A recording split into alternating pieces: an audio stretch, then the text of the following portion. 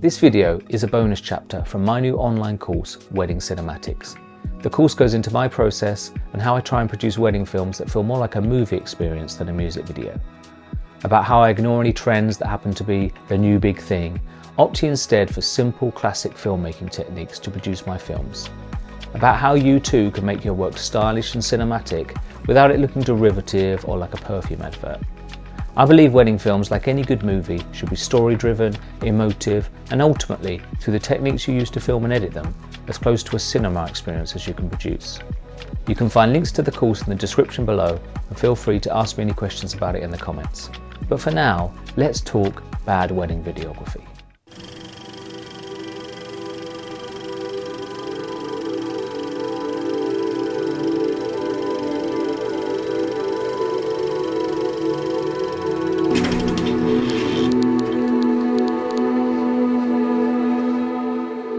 Now, the title of this video is of course purposefully polemic. Wedding videography, like any artistic and creative job, is subjective, so I'm not actually going to pretend there's a right and wrong way to film a wedding. But as someone who's filmed their first wedding nearly 20 years ago, I've definitely learned a bit about how to not do things.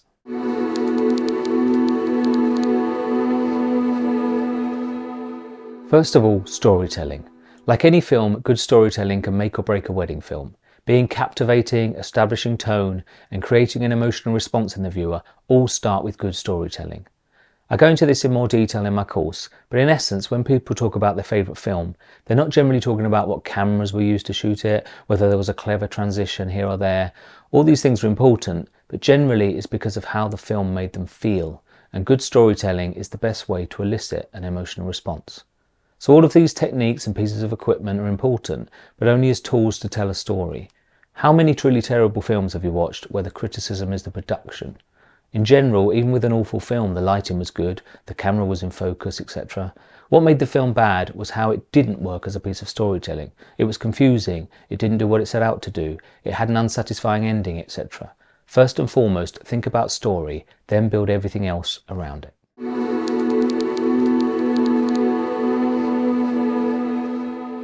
Now, I had this problem years ago when I used to use way too much equipment. I'd be busy trying to balance a gimbal in the corner of the room, instead of catching a moment between the bride and her bridesmaids.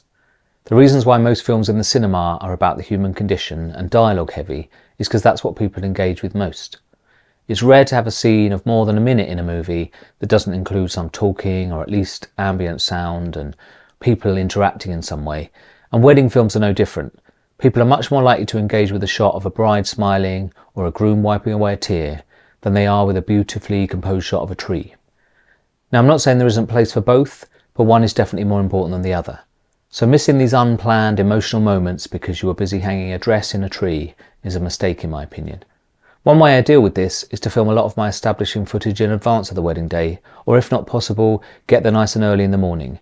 That way I'm not leaving the bridal prep or the afternoon reception to get a shot of the house or something, when I should be focusing on the people and on those interactions.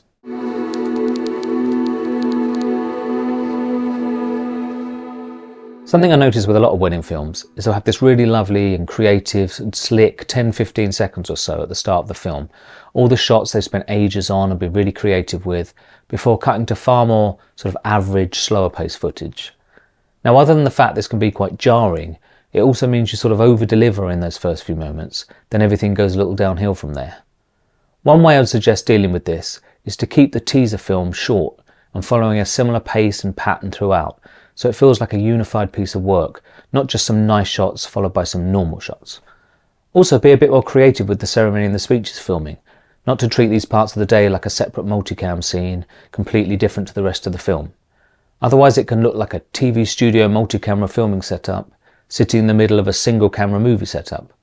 One way to do this is to perhaps set up a few safe angles for any long-form multi-camera edits you're delivering, but then be free to roam around with another camera, take more risks, do different angles. Even if it's just a few moments, it gives you something more creative for the cinematic edit.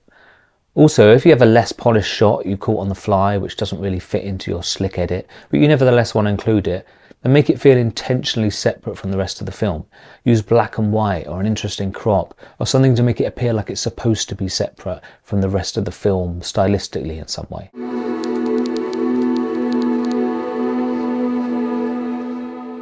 I went through the universal videographer arc of buying a camera, then slowly building up an absolute ton of equipment, sliders, cranes, gimbals, action cameras, etc., before realising these things were weighing me down both physically and stylistically. The same can be said for overuse as things such as a very tight depth of field. Used at the appropriate moment, a tight depth of field is emblematic of cinema. It's something that traditional television cameras can't achieve or don't attempt to, due to needing a focus puller, etc. So it's tempting, therefore, to film everything at 1.2 to get that creamy bokeh. However, next time you watch a film, note how often the camera is set to such a tight focus. This technique is generally used to create a sense of isolation in a character or to draw the viewer's attention to a particular object for a good reason. However, most scenes will be filmed with more depth to set the scene or include other characters or background action. So like all things, such techniques and equipment should be used sparingly to invoke a particular reaction in the viewer at a given moment, not just to make the whole film seem vaguely cinematic. I think one instance when a tight depth of field is justified is during couple shots or the first dance, as these are intimate moments between the couple when you may want to make it almost seem as if the rest of the world has faded away and it's just them in that moment. But these moments lose that significance if every other shot in the film is also filmed in this way.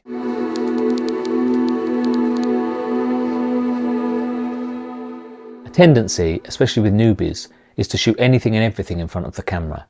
But this not only slows down your workflow in the editing, giving you so much more footage to cull, but it also perhaps gives you too many choices, too many shots you feel the pressure to use.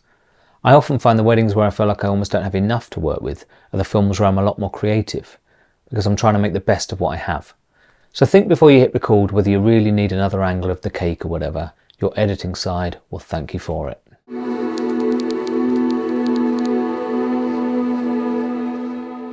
What I tend to do is save my experimentation for the shorter teasers, or create extra little films pushing a different style just for my website or social media, but I keep my main feature, the thing people are investing in, stylistically consistent, allowing clients to understand what they'll get at the end of the process. People will come to your website or your Instagram and they'll make a decision about what sort of wedding videography company you are within a few seconds, so having a strong and consistent style will help sell your services. Also, once you have this consistent style, you can build the rest of your brand around it, something I go into in more detail in my course.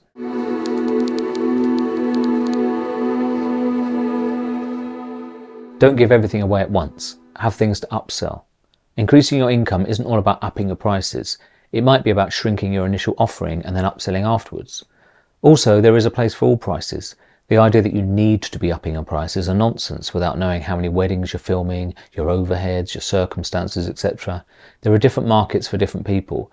I prefer to charge a bit more and book a bit less, not because it's necessarily the best way to make more money, but because I'm a perfectionist and I want to spend a long time on each project. And it just wouldn't be practical to work that way if I was having to film, say, 30 weddings a year. However, at the opposite end of the scale, if you're happy filming and editing in a more cookie cutter way and running a high volume brand, you can just as easily make as much, if not more money. The problem arises if you're actually spending longer on each film and then not increasing your prices, as the balance has then tipped the wrong way. One way to think about this is to figure out exactly how many hours you spend on each commission from start to finish and working out your hourly wage and deciding whether you're happy with that.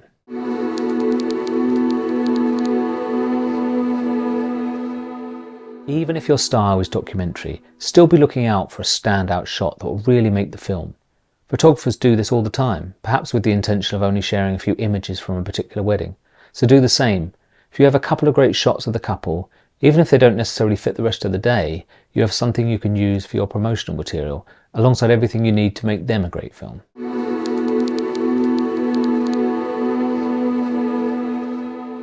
Don't wait, as you want to pull people in immediately.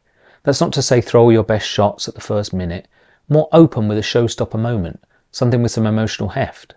Again, you may love that drone shot you got of the venue at sunset, but is that really what the day is about? More likely it was about the people, a look between the couple, a tear being wiped away, etc. These moments are much more powerful and likely to draw people in, so open your film with something that immediately informs the viewer of the sort of journey they're about to be taken on.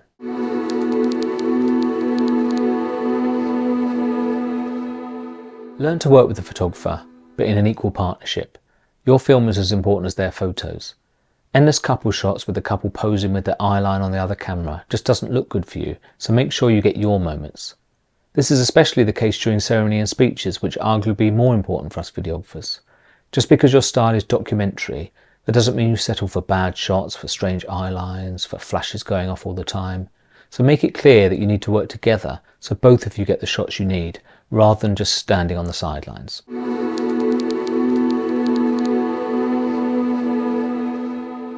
Finally, something I didn't do enough of in my career: invest in education.